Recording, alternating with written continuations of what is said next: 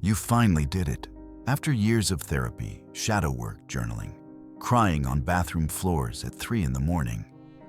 After reading every self-help book, attending the workshops, doing the breath work, the meditation, the healing retreats.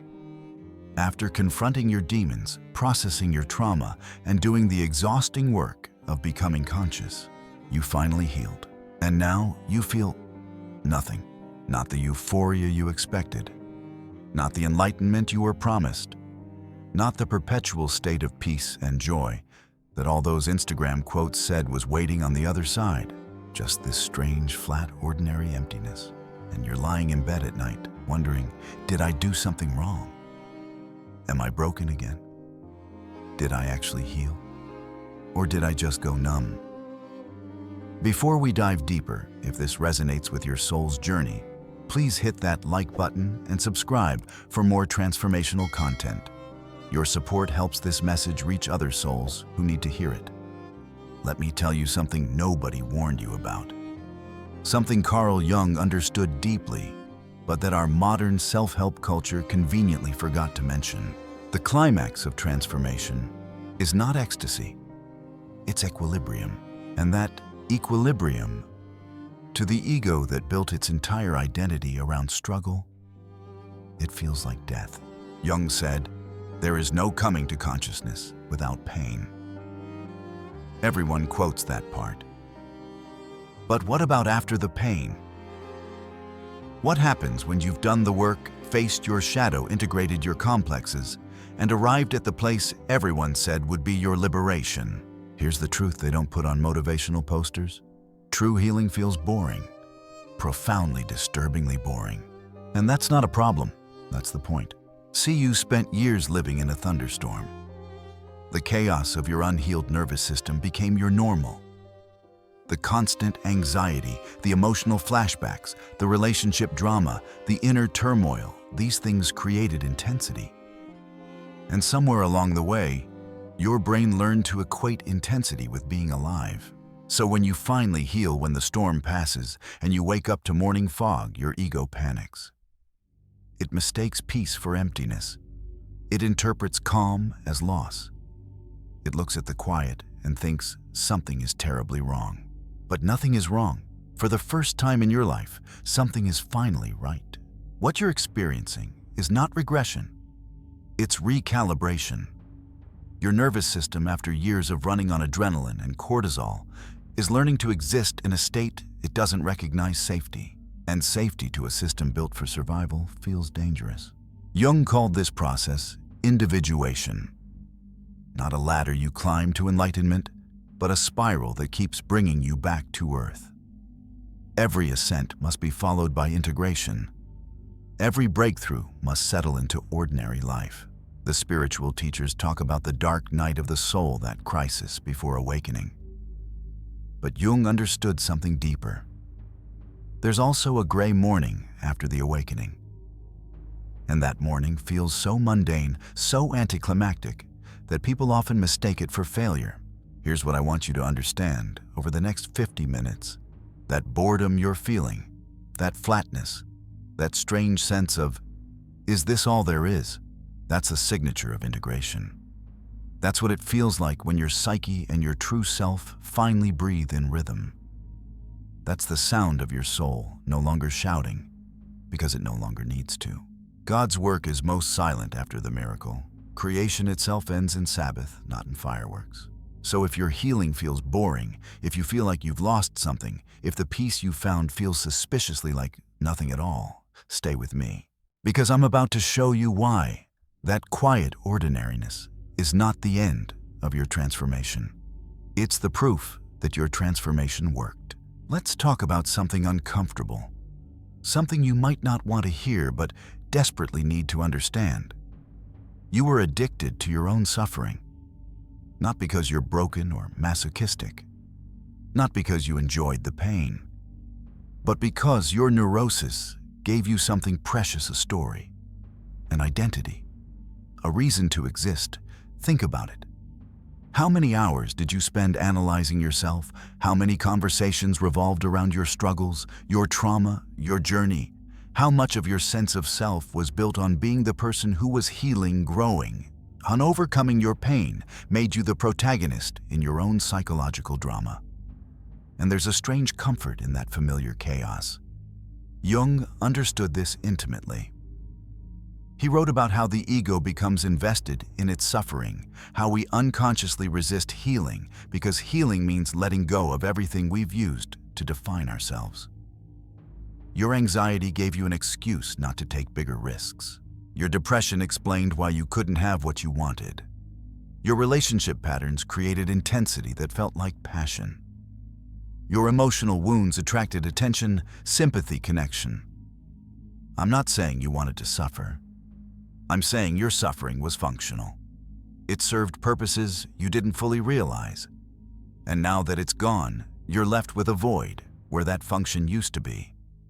This is what makes healing so disorienting. You weren't just carrying pain, you were carrying meaning. And when the pain dissolves, the meaning structure collapses with it. Let me show you what was actually happening in your brain during all those years of struggle. Every time you experienced anxiety, your body released adrenaline. Every time you fell into emotional crisis, cortisol flooded your system. Every time you processed trauma, dopamine rewarded the sense of progress and insight. Over time, your brain became biochemically dependent on these states. You weren't just used to chaos. You were literally addicted to it. Your amygdala, the brain's threat detection center, was on constant alert, scanning for danger-finding problems, creating crises to solve. This hypervigilance felt like awareness. This constant activation felt like being alive. So when you finally heal, when your nervous system downregulates and your stress response normalizes, something weird happens. Your brain goes into withdrawal. Calm doesn't register as safety. It registers as something's wrong. The absence of threat feels like a threat. Peace triggers the same alarm bells that danger used to trigger. This is why so many people self-sabotage right when they're about to break through. This is why you might have noticed yourself creating problems when things were going well. This is why the moment you achieve peace, a part of you wants to burn it down. Not because you're self-destructive, because you're going through withdrawal from emotional intensity. And here's where concepts around Carl Jung, empath, and personal development become crucial to understand. If you identify as an empath, this addiction to chaos is often amplified. Empaths become hyper-attuned to emotional frequencies, not just their own, but everyone's around them. You learn to process pain as a way of being valuable. You learn to absorb others' emotions as a way of connecting. You learn to stay in crisis as a way of feeling needed and purposeful. Carl Jung wrote extensively about how sensitive individuals often become containers for collective, unconscious material. Empaths, in Jungian terms, have weak ego boundaries that allow them to merge with others' psychological content. This is both a gift and a burden.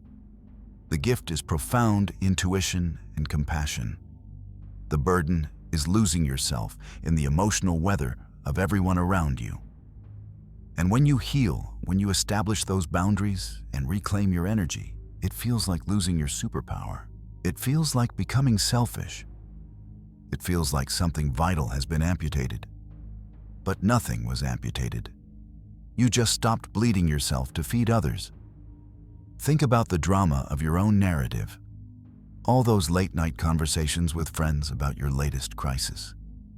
All those therapy sessions excavating deeper wounds. All those journal entries trying to make sense of the chaos. There was intensity there. Purpose. Movement. A sense that you were going somewhere, becoming someone, evolving towards something. Now that you've arrived, the journey seems to be over. And without the journey, who are you? This is the question that haunts every healed person in those first months of peace.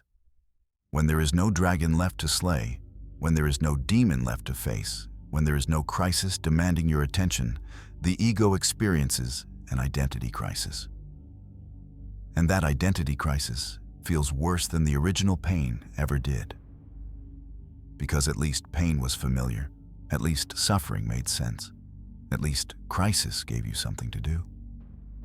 But this boring, ordinary peace, what are you supposed to do with this? Here's what Jung would tell you. The fact that you're asking this question means you're at the threshold of true individuation. The ego is dying, and the ego always interprets its death as the death of everything. But to the self, your true nature beneath all the constructs, this isn't death. This is birth. The silence you're experiencing, it's not the void of meaning. It's the absence of noise. And for the first time in your life, you can finally hear what's beneath the noise. Your actual self, not the self that was constantly reacting, constantly defending, constantly performing healing, but the self that simply is. And that self, it doesn't need drama to prove it exists. It doesn't need crisis to feel alive. It doesn't need intensity to have value. It just is, quietly, ordinarily, completely. This is what terrifies the ego, because the ego thrives on contrast, on problem solving, on narrative arc. The ego wants to be special, to be seen, to be acknowledged for its journey. But the self has no such needs. The self rests in being, and that rest feels suspiciously like nothing to an ego addicted to everything. So yes, you were addicted to chaos. We all were. The addiction wasn't a moral failing, it was a survival strategy that outlived its usefulness. And now you're in recovery. And like any recovery, it's uncomfortable as hell. But on the other side of this discomfort is something you've never experienced before: the freedom to exist without performing existence. The peace of not needing to be anything other than what you are. Who are you when you're not at war with yourself? Seriously, stop and think about it. If you remove the anxiety, you've been managing the depression, you've been fighting the trauma, you've been processing the patterns, you've been breaking what's left. If you're feeling a wave of panic at that question, you're not alone. This is the existential crisis at the heart of healing. And Jung saw it coming. He called it the dissolution of the persona. The persona is the mask you wear for the world, yes, but it's also the scaffolding you build for yourself. It's the story you tell about who you are and why you are that way. For years, maybe decades, your persona was built on battle. You were the person overcoming adversity, the survivor, the one doing the work, the one on a journey, the one becoming. That identity gave you structure. It told you what to do when you woke up in the morning. It gave you goals, milestones, a sense of progress. It made you interesting to yourself and others. And now that structure is collapsing. The scaffolding is being removed, and you're left staring at open sky, wondering what's supposed to hold you up now. This is what I mean when I say the ego experiences this as death. Because in a very real sense, the person you thought you were is dying. The you that was defined by struggle, by healing, by becoming that version of you is dissolving. And in its place, just you, raw, undefined, without narrative armor. It's terrifying, Jung wrote. The most terrifying thing is to accept oneself completely. Everyone thinks that quote is about accepting your flaws, your shadow, your darkness. And it is. But it's also about accepting your ordinariness, when you're no longer special because of your suffering, when you're no longer interesting because of your journey, when you're just a regular person living a regular life. Can you accept that? Can you be okay with being nobody in particular? This is where Jung's concept of the transcendent function becomes essential to understand. The transcendent function is the psyche's ability to hold opposites without collapsing into either extreme. You can be healed and feel empty. You can be whole and feel directionless. You can be at peace and feel bored. These aren't contradictions. They're the natural state of integration. The wounded ego wants everything to be clear, either you're broken or you're healed, Either you're in crisis or you're enlightened. But the integrated self lives in the tension between opposites. It holds stillness and motion meaning and void purpose and purposelessness simultaneously. This is what Jung meant when he said, "Wholeness is not achieved by cutting off a portion of one's being, but by integration of the contraries." You didn't heal to become one thing. You healed to become everything and nothing at once. That void you're feeling, that's not a sign that something is missing. That's space. Psychic space. The room you need to actually be yourself rather than constantly becoming yourself. Think of it like this. You've been living in a house under construction for years. Constant hammering sawdust everywhere, workers moving through, always something to fix, always the next project. The chaos was constant, but at least you knew what was happening. There was always progress to track. Now the construction is finished. The workers have left. The house is complete and silent. And you're standing in the middle of this finished space thinking, now what? You forgot that the point of building the house wasn't to live in perpetual construction. It was to have a place to actually live. But you've been in construction mode so long that you don't know how to just live. This is the void Jung spoke about. Not an emptiness that needs filling, but a spaciousness that needs inhabiting. The womb of authenticity, he called it. The place where your true self can finally breathe, without armor, without performance, without constant self-improvement. And to the ego that's been running the construction project, that spaciousness feels like death. Because the ego's job was to manage the construction. Now that the construction is done, the ego doesn't know what its job is anymore. So it panics. It looks for new problems to solve. It creates crises to manage. It interprets peace as danger because danger gives it purpose. But here's the profound shift Jung invites you into. You don't need a purpose to exist. Existence itself is the purpose. Let me say that again because it's so foreign to our achievement-obsessed culture. You don't need a purpose to exist. You don't need to be healing, growing, overcoming, or becoming to justify your presence on this planet. You can just be. Quietly, ordinarily, completely. And that being that simple existence, without narrative. That's what wholeness actually looks like. Now this is especially challenging for those of us exploring Carl Jung empath and personal development from a sensitive, intuitive place. Empaths often build their identity around emotional processing. Your value came from your ability to feel deeply, to understand others, to hold space for pain. When you heal and establish boundaries, when you stop absorbing everyone's emotions, when you reclaim your energy, it can feel like you've lost your purpose. Like you've become cold or selfish. But you haven't lost your empathy. You've just stopped confusing empathy with self-erasure. You've stopped mistaking emotional merger with love. You've stopped using your sensitivity as a way to avoid your own existence. Real empathy doesn't require you to disappear into others. Real empathy emerges from a solid sense of self that can witness others without losing itself. That's the integration Jung was pointing toward.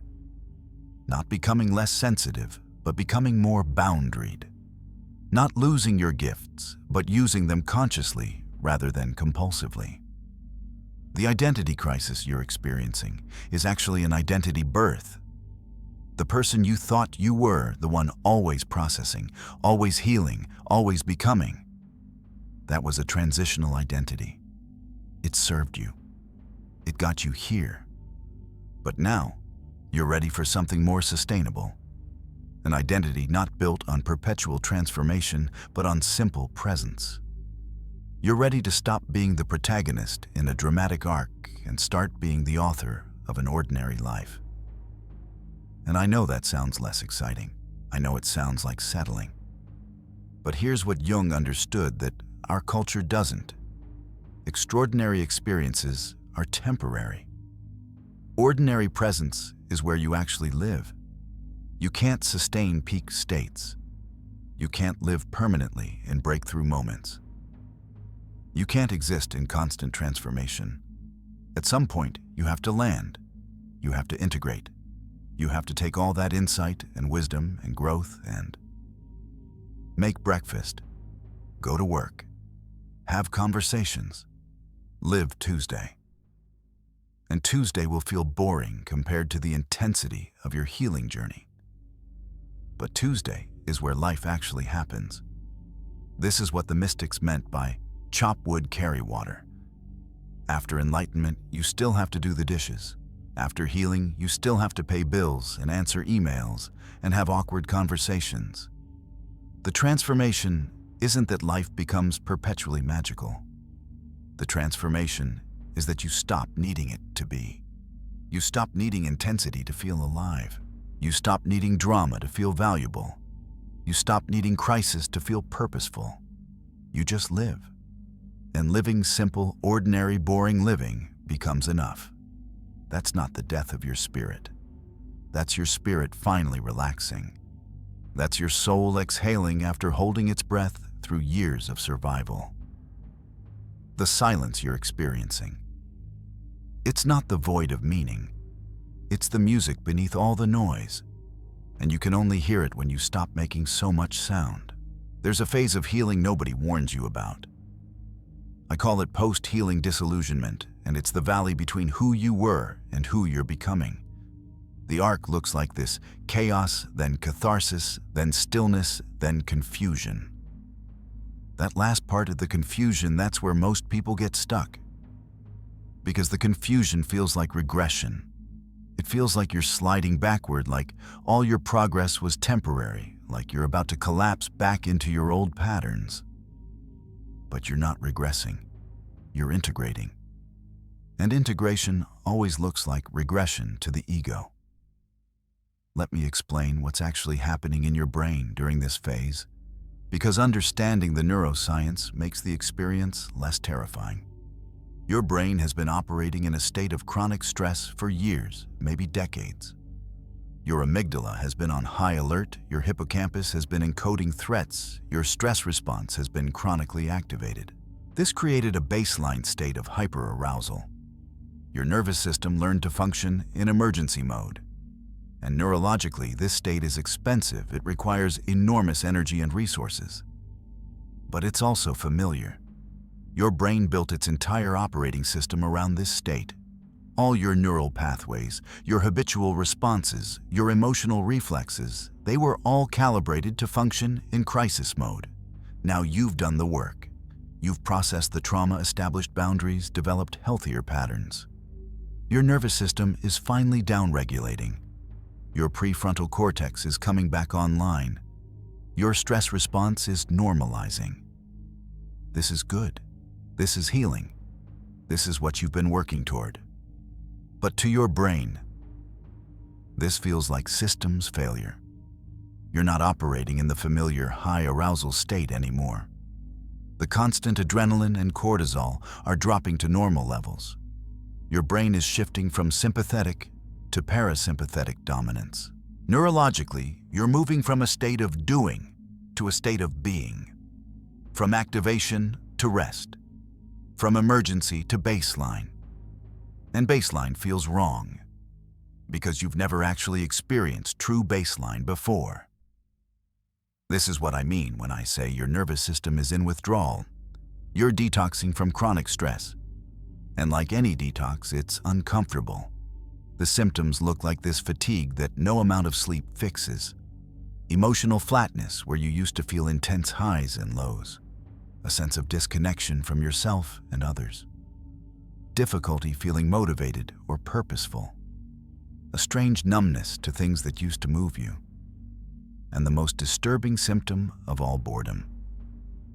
Deep existential boredom with everything, including yourself. If you're experiencing this, your first thought is probably, oh no, I'm depressed again. I'm sliding back. The healing didn't work. But this isn't depression. This is neuroplastic reorganization. Your brain is literally rewiring itself to operate in safety instead of survival. And that rewiring process creates a temporary state of low energy and reduced emotional range. Think of it like renovating a house while you're still living in it. Things are going to be messy and uncomfortable while the work is happening. But the discomfort doesn't mean the renovation is failing. It means it's working. From a Jungian perspective, this phase represents the withdrawal of libido during psychic reorganization.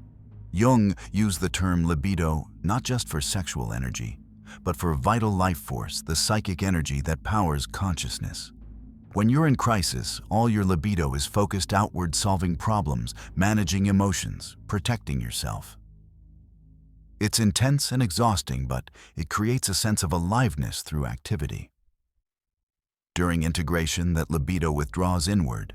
It's no longer fueling external drama. It's reorganizing the internal structure. It's building new foundations beneath your consciousness. From the outside, this looks like nothing is happening. From the inside, it feels flat and boring. But beneath the surface, profound transformation is occurring. Jung wrote about this in his work on alchemy. He described the nigredo phase, the blackening, the death, the dissolution.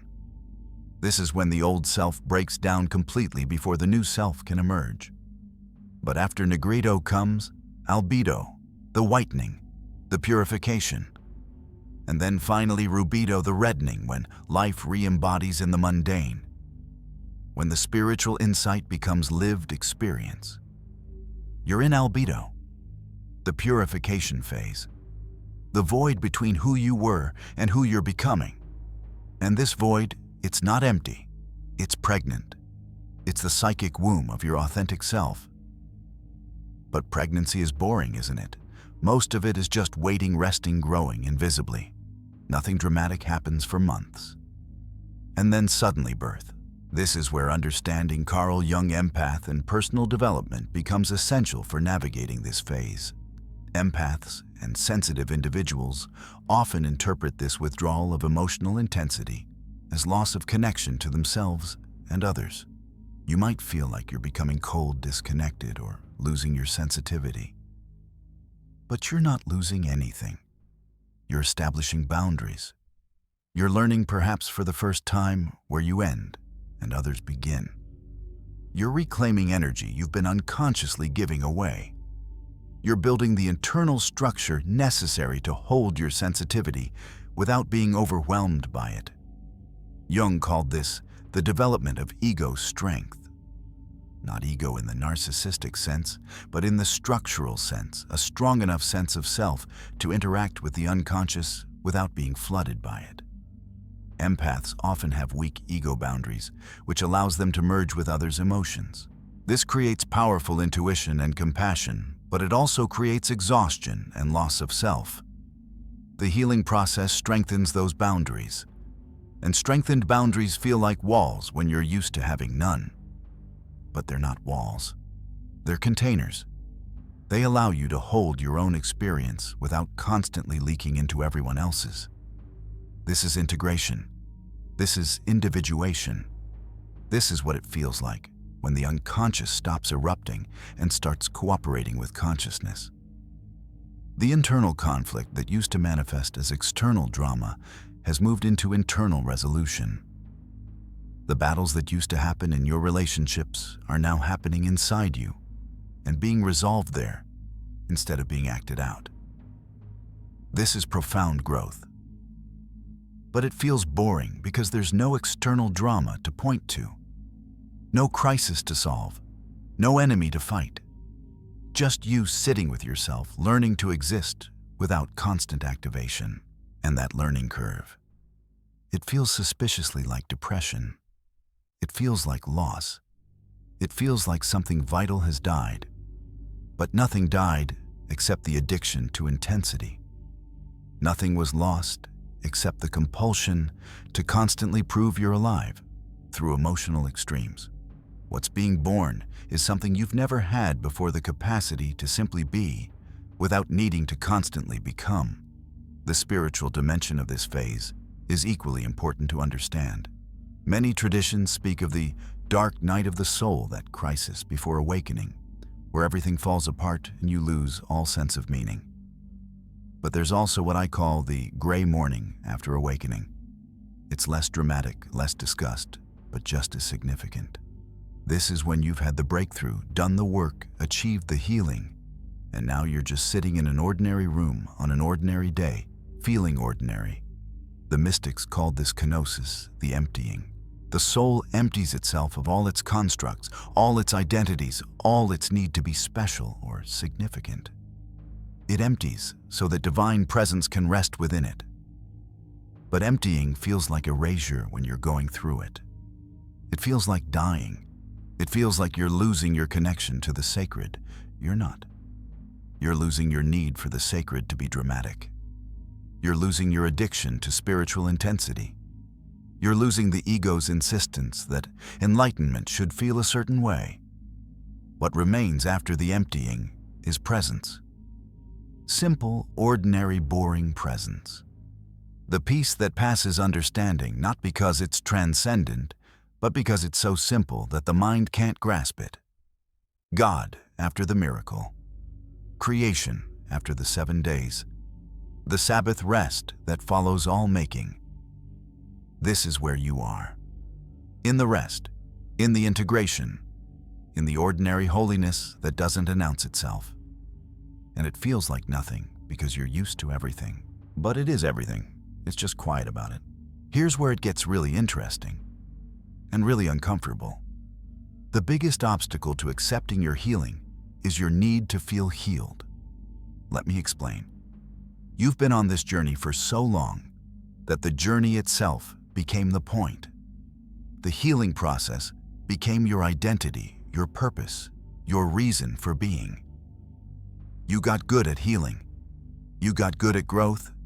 You got good at transformation. And now your ego wants a certificate. It wants proof. It wants to feel healed so it knows the journey was worth it. But the soul doesn't chase experiences. The soul abides. And abiding, it doesn't give you the emotional payoff the ego is seeking. This is the ego's final trick, and it's the most subtle one. It convinces you that you haven't really healed unless you feel a certain way about being healed. Unless you experience peace as something tangible, enlightenment as something obvious, wholeness as something you can point to and say, there, that's it. But true healing doesn't announce itself. It doesn't perform itself. It doesn't give you the satisfaction of knowing you've arrived. It just is. Quietly. Completely. Without fanfare. Jung said, the privilege of a lifetime is to become who you truly are. Everyone loves that quote. But do you know what becoming yourself actually feels like? It feels uneventful. Because performance has ceased. Becoming has ceased. The constant striving to be different, better, more evolved, it's over. And what's left is just you. Not the you that was trying to heal. Not the you that was becoming enlightened. Not the you that was working toward wholeness. Just you. In your kitchen. Making coffee. Existing. And the ego looks at this and thinks, this can't be it. This can't be what I worked so hard for. This is too ordinary, too boring, too nothing. But this is precisely it. This is what you worked for. The freedom to exist without constantly monitoring whether you're doing existence correctly. Carl Rogers, the humanistic psychologist, called this congruence. When your inner and outer selves are aligned. When who you are inside matches how you show up outside. When you achieve congruence, there's no internal conflict. No part of you fighting another part. No mask to maintain. No performance to uphold. And without that internal conflict, there's no internal noise. The constant chatter quiets. The self-criticism fades. The anxiety about whether you're good enough, doing enough, being enough, it dissolves. And what's left is silence. Not the silence of suppression, but the silence of resolution. But to the ego that's used to noise, that silence feels like death. This is the paradox you're living in. The very thing you work toward, peace, wholeness, integration, feels wrong when you finally achieve it, because you're still waiting for it to feel like something it was never meant to feel like. You're waiting for fireworks when wholeness is a steady flame. You're waiting for trumpets when truth is a whisper. You're waiting for the dramatic climax when you're already living in the denouement. Let me tell you about projection immunity, because this is one of the clearest signs that integration has actually occurred. Projection immunity means old triggers lose their grip. Situations that would have devastated you a year ago now barely register. Criticism that would have sent you spiraling now just doesn't.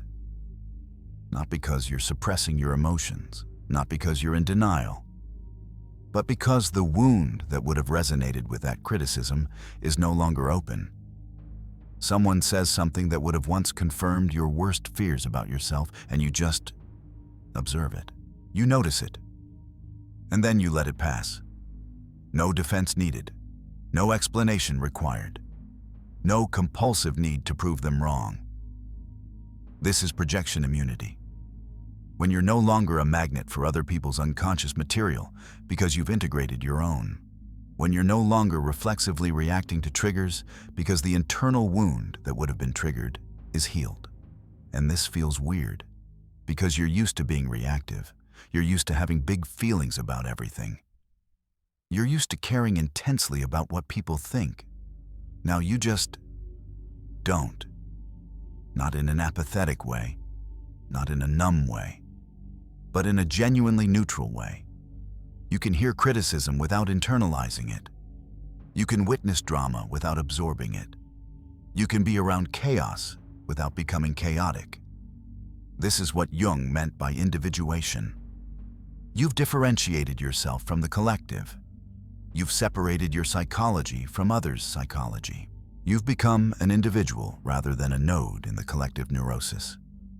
And being an individual is quiet. It's steady. It's unimpressed by drama because it's no longer participating in drama. The integrated self doesn't need to defend itself because it's not threatened by difference. It doesn't need to prove itself because it's not deriving worth from external validation. It doesn't need to control others because it's secure in itself. This is freedom. But freedom feels boring when you're addicted to bondage. Let me be really clear about something. This isn't bypassing. This isn't spiritual numbness. This isn't toxic positivity or pretending everything is fine. This is genuine neutrality that comes from having processed the pain, integrated the lessons, and arrived at a place where you're simply no longer destabilized by the things that used to destabilize you.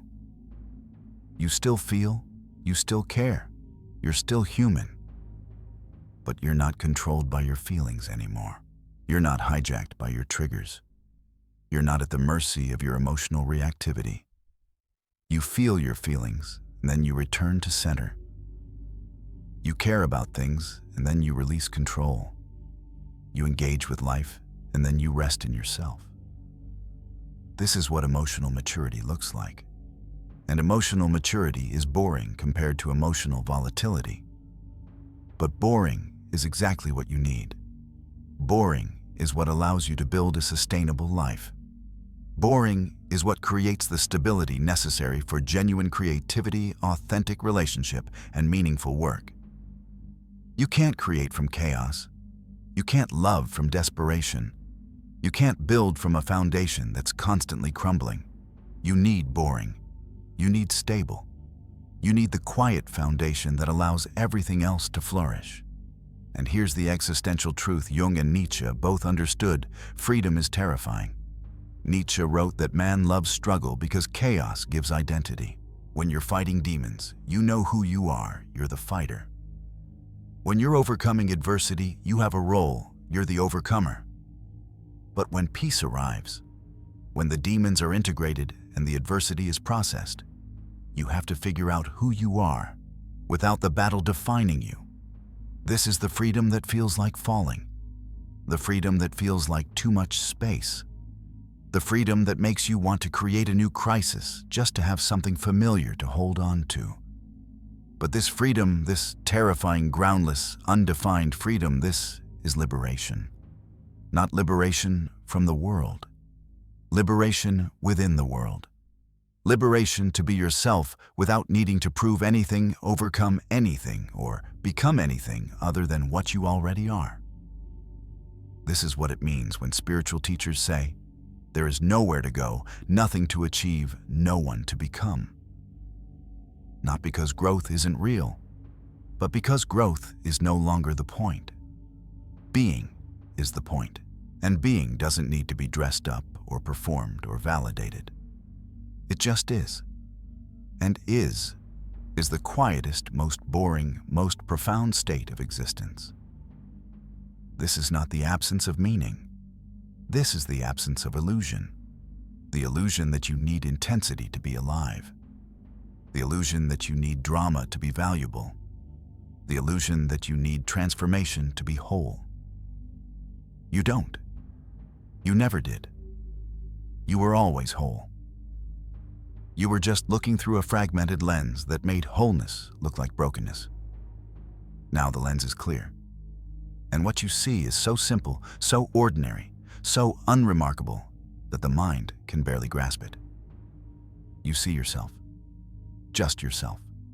Not the wounded version. Not the healed version. Not the becoming version. Just you. Existing. Complete. And it's boring. Thank God it's boring. So what does wholeness actually look like? Not what the Instagram posts promised. Not eternal bliss. Not constant inspiration. Not walking around radiating light while everyone asks you what your secret is. Wholeness looks like going to work, having relationships, living ordinary days, making breakfast, doing laundry, having conversations that don't lead anywhere profound. Wholeness looks suspiciously like regular life, because that's exactly what it is. The transformation isn't that your life becomes extraordinary. The transformation is that ordinary life becomes enough. You're no longer the protagonist in your own crisis. You're just a person living a life. And that life is full of mundane moments, boring routines, and remarkably unremarkable days. And for the first time, that's okay. More than okay, it's actually satisfying in a way that intensity never was. Here's what nobody tells you about healing and the internal dialogue. Quiets. You know that constant voice in your head, the one that's always analyzing, judging, planning, worrying, second-guessing. The one that narrates your life, like you're being watched and evaluated. It gets quieter, not because you've suppressed it, but because the anxiety that fueled it has resolved. You're no longer constantly monitoring yourself for signs of failure. You're no longer scanning every interaction for evidence that you're not good enough. You're no longer replaying conversations trying to figure out what people really meant. You just live. And living doesn't require that much commentary. This is what I mean when I say you didn't lose your spark. You stopped burning yourself to stay warm. The intensity you had before, that wasn't vitality. That was combustion. You were consuming yourself to create heat and light. Now you're not burning anymore. The light didn't go out. It integrated. It became part of your baseline state instead of a dramatic display. You're not performing light. You're being light. And being light is quiet about it. This is what Jung called the rubedo stage in his alchemical work. After the blackening and the whitening comes the reddening when life re-embodies in the mundane. When the spiritual insight doesn't stay ethereal, but becomes flesh. When enlightenment doesn't elevate you out of ordinary life, but allows you to finally inhabit ordinary life fully. The sacred isn't somewhere else. It's here. In the kitchen. In the commute. In the conversation with your neighbor. In the way sunlight hits your coffee cup. But you couldn't see the sacred in the ordinary when you were constantly in crisis. You couldn't appreciate the miracle of a normal Tuesday when you were fighting for survival. Now you can. And it's beautiful in a way that has nothing to do with excitement and everything to do with presence. This is spiritual adulthood. And spiritual adulthood means you can sit in silence without craving drama. You can be alone without feeling lonely. You can be in a group without losing yourself. You can engage fully without being consumed. You can rest without guilt. You can exist without constantly monitoring whether you're existing correctly. This is the incarnation of the sacred in the ordinary. This is what mystics mean when they talk about chop wood, carry water. After enlightenment, you still have to live. The difference is, you're no longer resisting the living. You're no longer waiting for life to be different, so you can finally be happy. You're happy now in this moment, even though the moment is completely unremarkable. Not happy in the sense of constantly smiling, but happy in the sense of deep okayness, contentment, satisfaction with what is. This is the peace that passes understanding, not because it's transcendent, but because it's so simple that the mind can't package it into anything significant. The mind wants peace to feel important. But peace just feels like nothing special, like a quiet room, like a calm day, like ordinariness itself. And when you can rest in that ordinariness without needing it to be more, that's freedom, that's wholeness, that's home. Jung said, even a tree that grows in silence can split rocks. This is the power of slow, quiet, consistent presence. Not dramatic breakthrough, not intense transformation. Just steady growth that happens too slowly to be noticed until suddenly you realize you've become someone completely different. The person you are now compared to the person you were 5 years ago, unrecognizable. But the change happened so gradually that you barely noticed it happening. That's integration. That's the difference between dramatic healing that fades and quiet healing that lasts. You're not having peak experiences anymore. You've become the peak. It's your new baseline. And baselines are boring by definition. Let me paint you a picture of what this looks like practically. You wake up, no anxiety about the day ahead, no dread about facing yourself or the world. Just waking up. You go about your day. Things happen, some good, some challenging. You respond to them appropriately, but you're not thrown by them. You're not riding an emotional roller coaster. You're just steady. Someone criticizes you. You consider whether there's truth in it. If there is, you adjust. If there isn't, you release it. No spiral. No defense. No need to process it for hours. You come home. You're with yourself. And being with yourself isn't uncomfortable anymore. It's not something you need to distract yourself from or improve.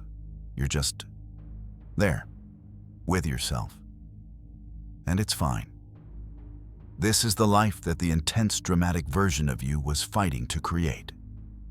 And now that you have it, it feels anticlimactic. Because you thought arrival would feel like fireworks. But arrival feels like exhaling, like finally putting down a weight you didn't realize you were carrying. Like coming home after a long journey and realizing home was never the destination. It was always right here inside you, waiting for you to stop running long enough to notice. If your healing feels boring, you've succeeded. Let me say that again. If your healing feels boring, anticlimactic, unremarkable, you've succeeded. The absence of struggle is the evidence of growth. The quiet is the proof. The ordinariness is the goal. You didn't do something wrong. You did everything right. And this peaceful, boring, ordinary life, this is what you were working toward all along. You just forgot because you were so focused on the journey that you lost sight of the destination. The destination isn't eternal bliss. It's not constant inspiration. It's not walking around feeling enlightened all the time. The destination is this: your psyche and your divine self finally breathing in rhythm. No more conflict between who you are and who you think you should be. No more war between your wounded parts and your aspirational self. No more exhausting effort to hold yourself together. You're integrated, whole. One thing instead of many fragments fighting for dominance. And integration is quiet. Integration is steady. Integration is boring. Because all the noise you were experiencing before, that was fragmentation. That was parts of yourself in conflict. That was the chaos of unintegrated consciousness. Now you're integrated. And integrated systems run smoothly, quietly, efficiently. They don't make noise. They don't create drama. They just function. This is what it feels like when your soul stops shouting. Because it doesn't need to shout anymore. You're finally listening.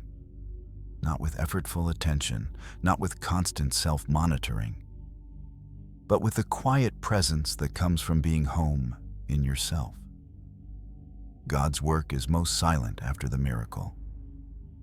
When the work is done, there's rest. And rest doesn't produce content for your Instagram feed. Rest is boring. Rest is private. Rest is the absence of making and doing and proving. But rest is also where you actually live. Between the miracles, between the breakthroughs, between the dramatic moments, there's just life. And life is mostly rest. The spiritual traditions understood this. Creation ends in Sabbath, not in more creation, not in celebration of creation, in rest. The work is done. The struggle is over. What remains is simply being in what has been created. This is where you are. In the Sabbath, in the rest after the work, in the quiet after the storm. And if that quiet feels boring, it's because peace no longer feels foreign. You've become accustomed to safety. You've normalized wholeness. You've made home in yourself. This is not the end of your story. This is the proof that you've finally arrived.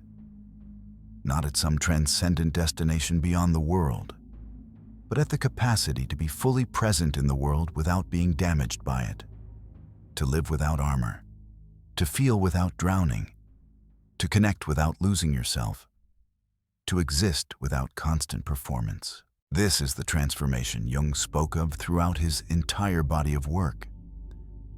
This is individuation, completed not perfectly, never perfectly, but sufficiently. Sufficiently whole to live, sufficiently integrated to love, sufficiently present to rest. You didn't lose your spark when you healed. You became the light itself. And light doesn't try to be bright.